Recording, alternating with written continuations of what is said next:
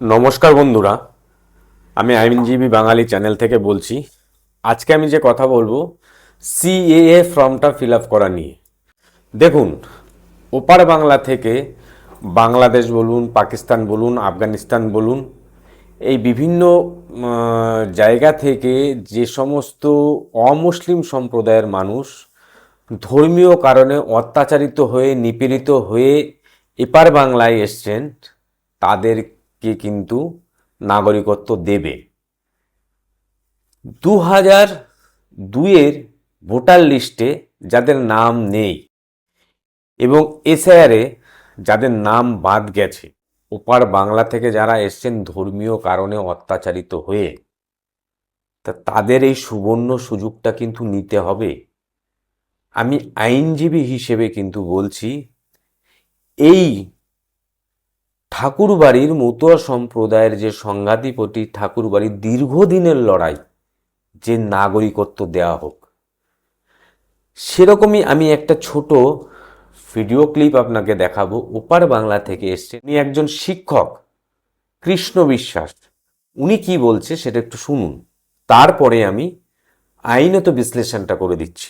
এসআইআরে আপনি 2002 সালে ভোটার লিস্টে আপনার নাম নেই, আপনি কাগজপত্র দেখাতে পারেননি, আপনার এসআইআরে ভোটার লিস্ট থেকে আপনার নাম বাদ গেছে, অত্যন্ত স্বাভাবিক যে নাম বাদ যাবে।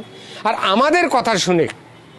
আমাদের কথা শুনে যদি 1 বছর আগে যদি সিএতে আবেদন করতেন, তাহলে নাগরিকত্বের সার্টিফিকেট পেয়ে যেতেন। বাংলা থেকে যারা ছিন্নমূল হয়ে এসছে, মানে বলতে খুব কষ্টও হয়, দুঃখও হয়, অথচ না বলেও পারি না, যে সেই শ্রেণীর মানুষ দেখবেন যে তার প্রিয়জনের সঙ্গে যদি দেখা হয়, অথবা ওপার বাংলায় তার আত্মীয় স্বজন কারোর সঙ্গে যদি দেখা হয়, গর্ব করে গল্প করে। কি গল্প করে জানেন? বাংলাদেশে আমরা খুব বড় লোক ছিলাম, জানিস, আমাদের গোয়াল ভরা গরু ছিল, পুকুর ভরা মাছ ছিল, মাঠ ভরা সোনার ফসল ছিল, গর্ব করে। শুনলেন কৃষ্ণ বিশ্বাস, উনি কি বললেন?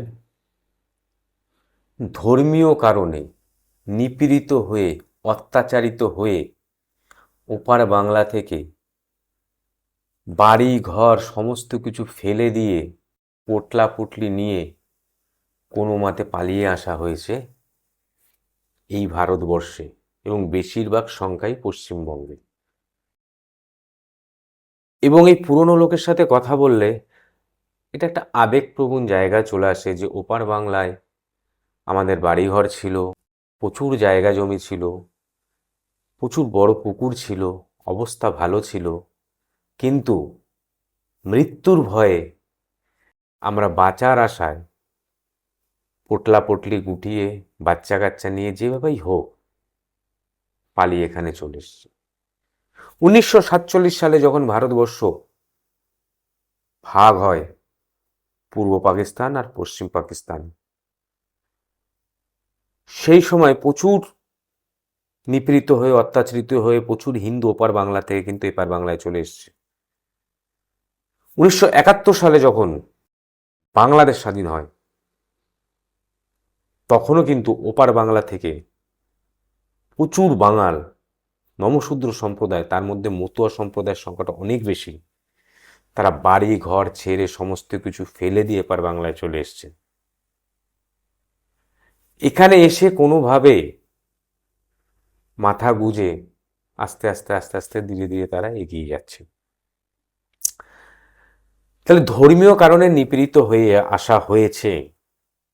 তাহলে 2002-এর ভোটার লিস্টে যখন নাম নেই,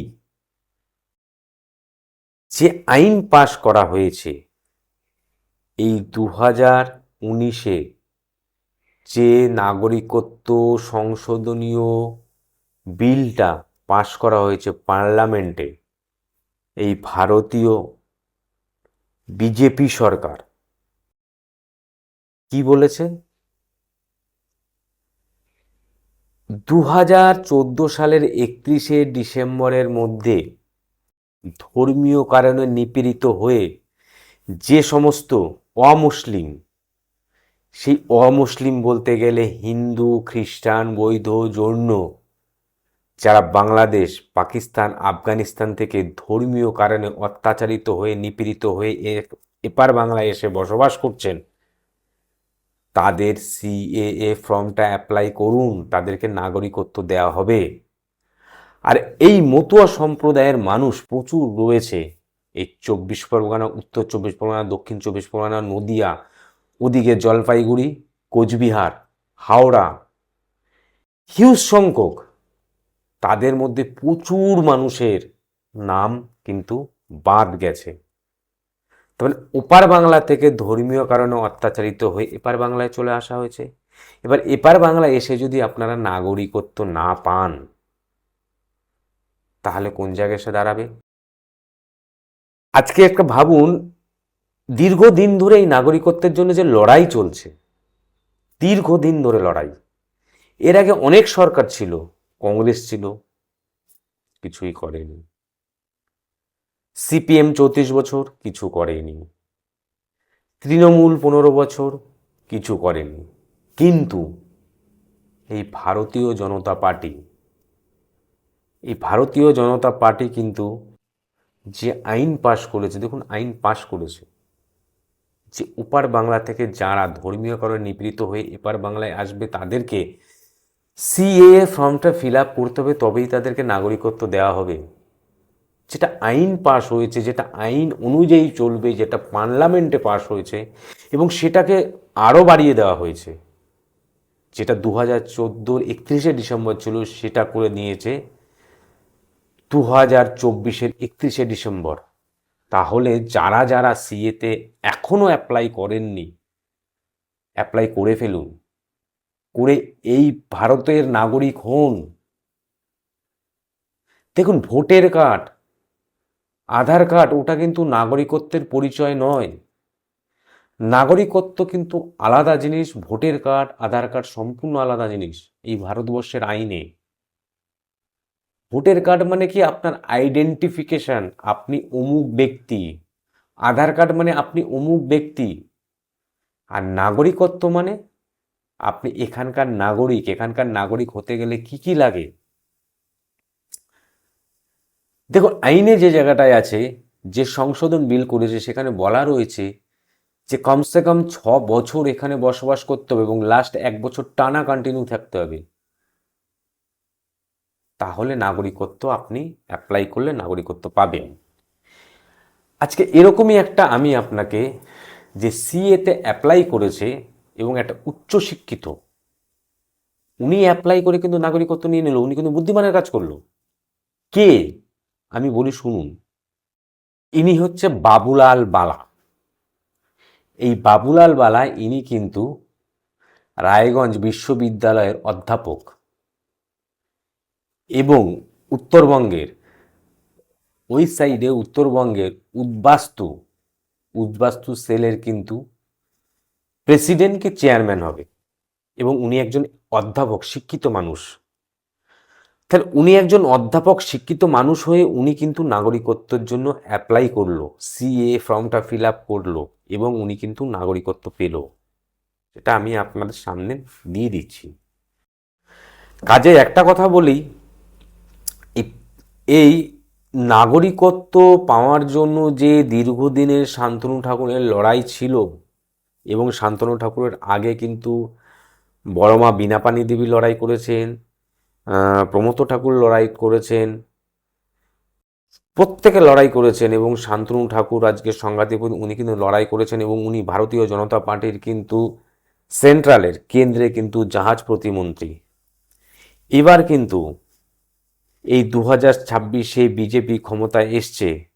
দেখুন খাদ্যমন্ত্রী কে হয়েছে, সম্ভবত অশোক কীর্তনিয়া। তাহলে আপনারা সিএটা অ্যাপ্লাই কেন করছেন না? আপনারা অ্যাপ্লাই করুন। বিভিন্ন জনে বিভিন্ন কথা বলবে, কারুর কথায় কান দেবেন না। এই ভারতীয় জনতা পার্টি যখন আপনাদের বলছে, দেশের প্রধানমন্ত্রী এসে বলেছেন, দেশের স্বরাষ্ট্রমন্ত্রী এসে বলেছেন, এবং সেখানে হচ্ছে নাগরিকত্ব দিচ্ছে, এবং যত তাড়াতাড়ি পারেন আপনারা ফিল আপ করে ফেলুন। আপনারা ধর্মীয় অত্যাচারে এপারে এসছে, আপনারা কথা শুনুন। এই জিনিসটা যদি আজ থেকে 1 বছর আগে করতেন, এইবারে এই ভোটার লিস্টে কিন্তু নাম উঠে যেত। আইনজীবী হিসেবে আমি আপনাদেরকে বলছি, এদিকে দেখুন হরিণঘাটা বিধানসভা যে অসীম সরকার মহাশয়, উনি কিন্তু বারবার পই পই করে আপনাদেরকে বলছে যে সিএএতে অ্যাপ্লাই করুন, যে যাই বলুক। সরকার যখন দিচ্ছে, সেন্ট্রাল যখন আপনাকে দিচ্ছে, নাগরিকত্ব দেবে, তাহলে আপনার সিএতে অ্যাপ্লাই করতে কি অসুবিধা আছে? আজকে যাদের কথায় বিভ্রান্ত হচ্ছেন, কালকে কিন্তু সমস্যায় পড়ে যাবেন, না পারবেন ও দেশে যেতে, না পারবেন এখানে থাকতে। সুতরাং যে সুবর্ণ সুযোগটা দিয়েছে, সেই সুযোগ, যে সুযোগ নিয়ে দীর্ঘদিনের আন্দোলন মতুয়া সম্প্রদায়ের মানুষদের, ওপার বাংলার মানুষদের, সেই নাগরিকত্ব যখন দিচ্ছে, সিএতে অ্যাপ্লাই করুন। কোনো টেনশনের কারণ নেই, কোনো ভয়ের কারণ নেই, কারুর কথায় বিভ্রান্ত হবেন না। যত তাড়াতাড়ি পারুন সিএতে ফর্ম ফিল আপ করুন। যাদের নাম কাটা গেছে, যাদের 2002-তে ভোটার লিস্টে নাম নেই, যে আসবে ওপার বাংলা থেকে, যারা এসছে ধর্মীয় অত্যাচারীতে, প্রত্যেককেই নাগরিকত্ব দেওয়া হবে। সেখানে আইন পাশ করে দিয়েছে পার্লামেন্টে,